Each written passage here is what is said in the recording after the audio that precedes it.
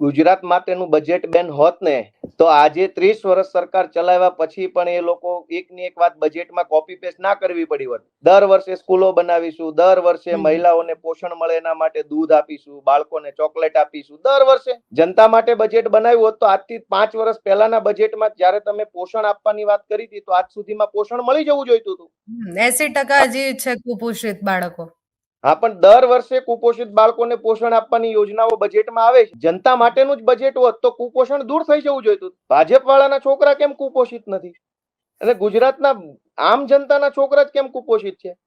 આપણે કોઈ ભાજપના ધારાસભ્ય કે ભાજપના સંગઠનના પ્રમુખના છોકરાઓ કુપોષિત જોયા કે 30 વર્ષની ઉંમર હોય ને 12 કિલો વજનના બાળકો ભાજપ વાળાના જોયા? નથી જોયા. એ તો અટ્ટાકટ્ટા છે, માલ મલાઈ તારવી લે છે, કોન્ટ્રાક્ટરો પાસેથી કટકીઓ ખાય છે, એને કુપોષણ નથી નડતું. ગરીબ માણસોને કુપોષણ નડે છે તો 10, 15, 20, 30 વર્ષથી કુપોષણના નામે બજેટ આવે